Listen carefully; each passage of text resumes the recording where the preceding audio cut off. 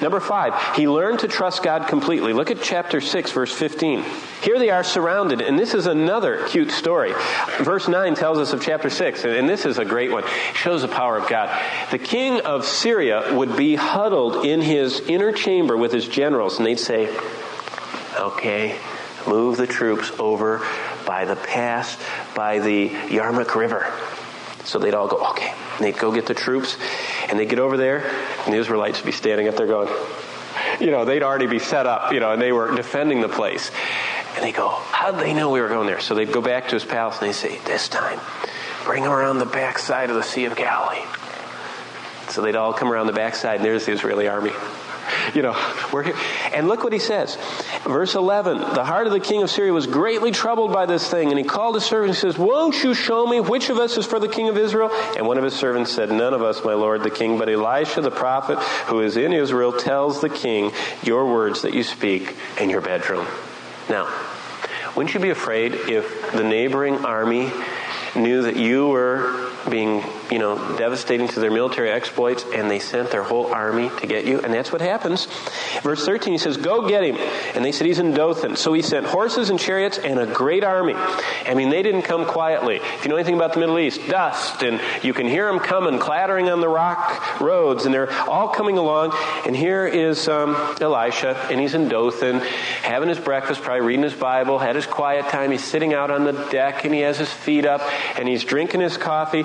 And the servant of the man of God arose early and went out. He didn't have his devotions. He was, out doing something else. And he looked outside the wall. He was probably walking somewhere, and he looked over the wall, and he went, and he looked, and all you could see is Syrians. They normally, when they conquered, they found all the expectant women, and they got them together, and they cut them open and pulled the babies out, and then they killed the mother and the baby. That was their method of terrorizing people. It's called ripping open women.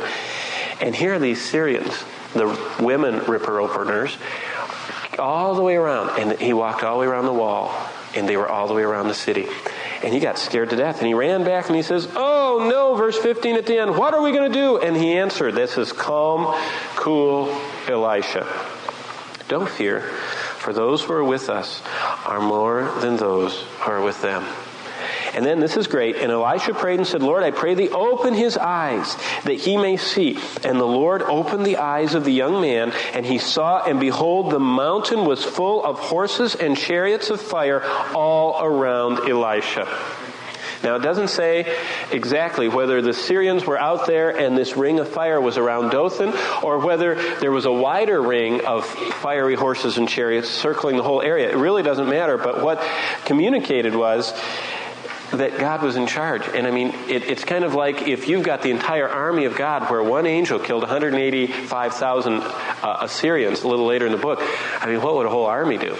Right? And so what he saw was that he could trust God completely, and he lived that way. And we're going to mention this again later. Number 6, he learned about human nature. Verse 11, he set his countenance in a stare until he was ashamed, and the man of God wept. And this is the ripping open stuff. Look at verse 12. He said, why are you weeping? He says, because I know the evil you're going to do to the children of Israel. Their strongholds you'll set on fire. Their young men you'll kill with swords, and you will dash their children and rip open their women with child. Isn't that amazing?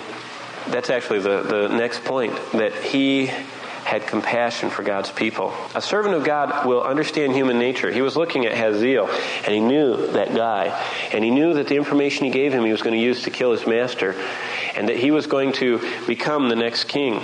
And he went back home and killed his master, and the devastation he was going to bring on the nation of Israel caused Elisha to weep. He had compassion. Now, they deserved it. They were worshiping all the false gods. They'd hauled in all their idols. They'd built the high places. They'd done all this awful stuff. They deserved destruction. But he still had a heart of compassion. And a servant of God will be a follower. They'll be humble. They'll be impartial. They'll do things God's way. They'll trust him and not be afraid. They'll understand human nature. They'll have compassion for God's people. And look at chapter 9, verses 1 through 4. They'll even learn to delegate.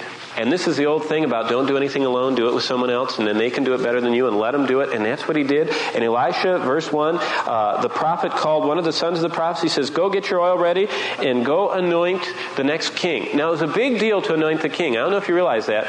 The Roman Catholic Church always anointed the kings in Europe during the Middle Ages. Do you know why? Because what's higher, the crown or the one that puts it on your head? And the one that has the authority to put it on your head? The one that puts it on your head. And so they made all the kings of Europe. Remember Charlemagne, Charles the Great, he came and at Canossa bowed on his knee. In fact, Henry VII? I don't know my history that well, but one of them was a bad guy and he didn't pay his stuff to the church. And so the Pope, Boniface VIII, made him get on his knees outside of his cathedral in the snow and spend a long time out there before he crowned him. Who was in charge? The person crowning. Well, it's a big deal to crown people. And look at Elisha set that aside and delegated someone. He says, I don't need to do all the big stuff. You do it. You go crown Jehu and anoint him as the next king. He learned to delegate.